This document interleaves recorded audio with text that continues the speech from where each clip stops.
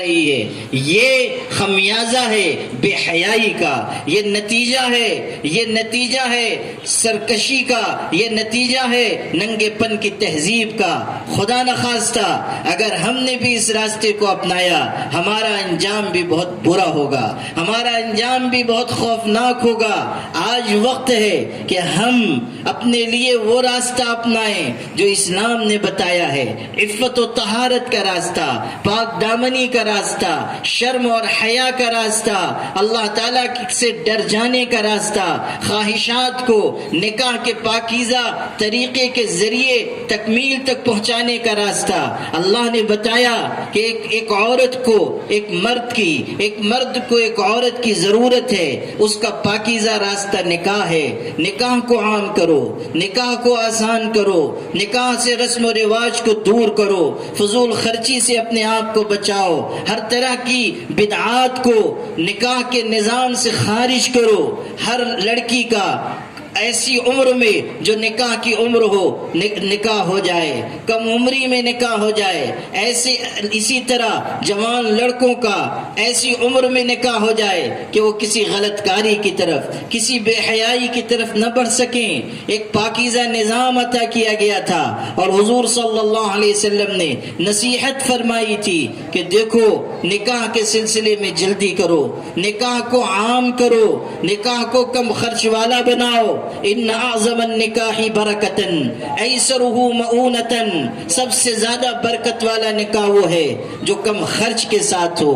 افسوس کہ ہم مسلمانوں نے نکاح کے سادہ نظام کو مشکل بنایا، رسم و رواج ہم نے اختیار کیے، جہیز کا لین دین شروع کر دیا، لڑکیوں کو بوجھ سمجھا جانے لگا، لڑکیوں کے اوپر زور زبردستی نکاح کے سلسلے میں ہونے لگی۔ کتنے رسم و رواج ہیں جن کے بوجھ تلے ہمارا معاشرہ دبتا جا رہا ہے۔ آپ غور کیجئے کہ نکاح کو کتنا خرچیلا بنا دیا گیا، کتنا مہنگا بنا دیا گیا، جس کا نتیجہ یہ ہے کہ نکاح مشکل ہو رہا ہے، اور اس کے مقابلے میں بدکاری اور زناکاری کو آسان کیا جا رہا ہے، عام کیا جا رہا ہے۔ میری پیاری بہنوں، بہت مرتبہ یہ بھی ہوتا ہے کہ گھر کے مرد سادگی کے ساتھ نکاح کرنا یا کروانا چاہتے ہیں، لیکن آپ بہنوں کی طرف سے رکاوٹ آتی ہے، مائیں اصرار کرتی ہیں کہ نہیں یہ بھی رسم ہوگی، یہ بھی رواج اختیار کیا جائے گا، یہ بھی ہوگا، ایسا خرچ ہوگا، ایسی ڈیزائننگ کے کپڑے لیے جائیں گے، اس طرح کا ڈیکوریشن کیا جائے گا، اس طرح کا ہال بک کرایا جائے گا، ہزاروں طرح کی فرمائشیں ہوتی ہیں۔ یہ بہت ہی غلط طریقہ ہے۔ آپ کو اللہ کے دین پر عمل کا مزاج بنانا چاہیے۔ رسم و رواج جہاں ہوں گے وہاں اندھیرا آئے گا، وہاں تباہی اور بربادی آئے گی، وہاں عزتیں پامال ہوں گی۔ نکاح کو آسان اور کم خرچ والا بنانا بھی وقت کی اہم ترین ضرورت ہے۔ بغیر جہیز کے نکاح کا رواج ہونا چاہیے۔ جہیز یہ ہماری اپنی طرف سے لادی ہوئی ایک مصیبت ہے۔ حضور صلی اللہ علیہ وسلم نے خرچ کا ذمہ دار مرد کو قرار دیا، شوہر کو ذمہ دار بنایا گیا، لیکن افسوس کہ بہت سے گھرانے ایسے ہیں کہ جہاں سے باضابطہ جہیز کا ڈیمانڈ کیا جاتا ہے، جہیز میں مختلف چیزیں مانگی جاتی ہیں، فہرست بنائی جاتی ہے۔ جہیز کا مطالبہ کرنا ناجائز اور حرام ہے۔ یاد رکھیے، جہیز کا مطالبہ کرنا، دباؤ ڈال کر جہیز وصول کرنا ناجائز اور حرام ہے۔ ایسا مال استعمال کرنا حرام مال استعمال کرنا ہے، یہ غلط راستہ ہے، رسم و رواج کا راستہ ہے، اسے مٹانے کی فکر کیجئے۔ آپ بہنوں کا اس میں بہت بڑا کردار ہو سکتا ہے۔ اگر آپ طے کر لیں کہ ہمیں نکاح کو سادہ بنانا ہے، کم خرچ والا بنانا ہے، ہمیں نکاح میں آسانیاں پیدا کرنا ہے، تو یہ بہت آسان ہو جائے گا، معاشرہ اس ڈگر پر چل پڑے گا۔ All India Muslim Personal Law Board نے پورے ملک میں یہ آواز لگائی ہے کہ آسان نکاح کو فروغ دیا جائے، کم خرچ والا نکاح ہو، مسنون معصوم طریقے سے نکاح ہو، مسجد میں نکاح ہو، کسی طرح کا رسم و رواج اس میں نہ ہو، کوئی بدعت خرافات نہ ہو، کسی طرح کا مرد و زن کا آپس میں اختلاط اور میل جول نہ ہو۔ کتنی بے پردگی شادی بیاہ کے نام پر ہو رہی ہے، کتنی برائیاں شادی بیاہ کی تقریبات سے جنم لیتی ہیں، کتنے ناجائز تعلقات منگنی اور شادی بیاہ کے تقریبات سے ان کا آغاز اور ان کی شروعات ہوتی ہے۔ اس کو بھی روکنے کی ضرورت ہے۔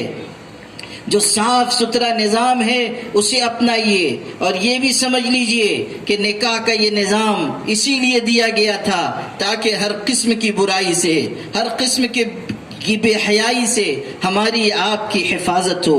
میری پیاری بہنوں، بے حیائی کے جراثیم اگر پھیلیں گے اس کا نتیجہ یہ نکلے گا کہ ہماری بچیاں بے حیائی کے راستے سے آگے بڑھتے بڑھتے ارتداد تک پہنچ جائیں گی، شرک اور کفر تک پہنچ جائیں گی۔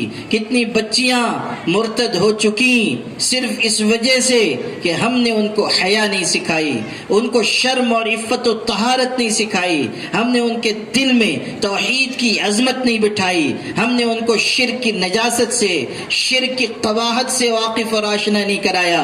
وہ اللہ کی بندیوں، کبھی تنہائیوں میں بیٹھ کر سوچو کہ ہمارا کتنا وقت اپنی اولاد کی تربیت کے لیے گزر رہا ہے، ہم جہنم کی آگ سے ان کو بچانے کے لیے کتنی کوشش کر رہے ہیں۔ حضور تو ارشاد فرما رہے ہیں اتقوا النار ولو بشق تمرہ، کہ دیکھو جہنم کی آگ سے بچنے کی فکر کرو چاہے آدھی کھجور دے کر ہی کیوں نہ ہو۔ جہنم کی آگ سے ڈرو، جہنم کی آگ کا خوف اپنے دل میں پیدا کرو۔ وہ جہنم کی آگ کوئی معمولی آگ نہیں ہوگی۔ قرآن میں کہا گیا نار اللہ الموقدہ، جو جہنم کی آگ وہ ہے جسے اللہ نے جلایا اور سلگایا ہے، وہ دہکی ہوئی آگ ہے، خطرناک آگ ہے، التی تطلع علی الافئدہ، جو انسان کے جسم کو چیر کر اس کے دل تک پہنچ جاتی ہے۔ جہنم کی آگ ایسی خوفناک ہے کہ دنیا کی آگ سے 70 گنا زیادہ سخت ہے۔ جہنم میں طرح طرح کے عذاب ہیں، ایسے کہ آج ہم ان کا تصور کریں تو جسم کانپ اٹھے، ہمارے جسم پر لرزہ طاری ہو جائے۔ آپ قرآن میں پڑھیں کہ جب جہنمی انسانوں کو جہنم میں ڈالا جائے گا اور آگ چاروں طرف سے ان کو جلائے گی، اس وقت پیاس کی شدت ہوگی، وہ پکاریں گے پانی پانی، تو ان کو پینے کے لیے تیل کی تلچھٹ کی طرح کھولتا ہوا خون پیپ یا پانی دیا جائے گا، جس کی وجہ سے ان کی آنتیں کٹ کر گر جائیں گی، ان کے چہرے بن اٹھیں گے۔ یستغیثوا یغاثوا بماء کالمہل یشوی الوجوہ، سورہ کہف میں پڑھیے، پانی پانی پکاریں گے، ایسا پانی دیا جائے گا کہ کھولتا ہوا کہ ان کے چہرے بھن اٹھیں گے، ان کا جسم اور زیادہ جل جائے گا۔ کھانے کے لیے کانٹے دار پھل دیے جائیں گے، ان کو کھائیں گے تو جسم کے اندر کا سارا نظام خراب ہو جائے گا۔ ایسا کڑوا پھل ہوگا، ایسا کڑوا پھل ہوگا کہ اس کی کڑواہٹ اگر دنیا میں ظاہر کر دی جائے، چند قطرے اگر اس پھل کے دنیا میں ڈال دیے جائیں تو ساری دنیا کا کھانا اور پانی خراب ہو جائے، کوئی اس کو استعمال نہ کر سکے۔ ایسی سخت آگ، ایسے سخت عذاب ہوں گے۔ حدیث پاک میں ہے حضرت نبی کریم صلی اللہ علیہ وسلم تشریف رکھتے تھے، اتنے میں حضرت جبریل انسانی شکل میں آئے، گھبرائے ہوئے تھے، پریشان حال تھے۔ ان کو دیکھ کر حضور بھی پریشان ہوئے۔ آپ نے پوچھا جبریل کیوں گھبرائے ہوئے ہو، کیوں پریشان ہو، کیا بات پیش آ گئی؟ حضرت جبریل نے کہا اللہ کے رسول، آج جہنم کی آگ کو دہکانے کا حکم ہوا تھا اور وہ دہکائی گئی۔ وہ جو اس کے دہکانے کا منظر تھا ایسی خوفناک آگ تھی کہ اس کو دیکھ کر میں پریشان ہو گیا، گھبرا گیا، اسی وجہ سے آپ کی خدمت میں آیا ہوں۔ حضور نے پوچھا جبریل ذرا بتاؤ وہ آگ کیسی ہے؟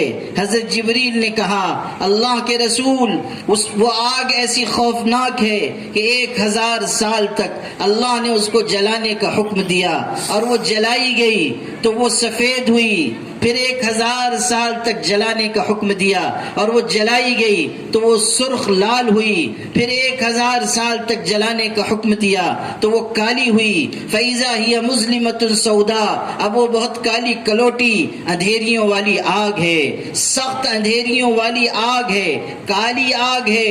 وَالَّذِي بَعَثَكَ بِالْحَقِّ، اس ذات کی قسم جس نے آپ کو حق کے ساتھ دنیا میں بھیجا ہے، اگر جہنم کی آگ سوئی کی نوک کے برابر بھی دنیا میں ظاہر کر دی جائے تو تمام مخلوق پر موت طاری ہو جائے گی، ساری مخلوق مر جائے گی۔ اس ذات کی قسم جس نے آپ کو سچ کے ساتھ بھیجا ہے، اگر جہنم کے فرشتوں میں سے کوئی ایک فرشتہ چند سیکنڈ کے لیے دنیا میں جھانک کر دیکھ لے تو اس کی بدصورتی اور